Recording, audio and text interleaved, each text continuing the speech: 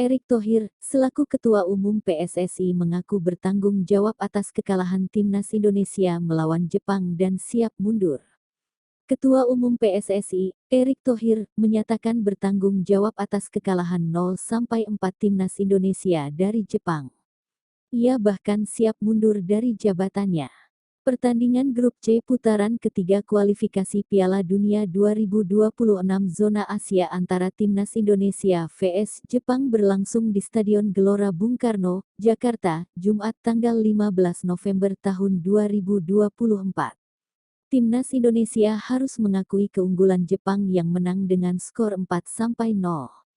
Kemenangan 4-0 Jepang dipastikan melalui gol bunuh diri Justin Hubner, 35, serta torehan Takumi Minamino, 40, Hidemasa Morita, 49, dan Yukinari Sugawara, 69. Hasil ini menjadi kekalahan kedua bagi skuad Garuda dalam putaran ketiga kualifikasi Piala Dunia 2026 zona A.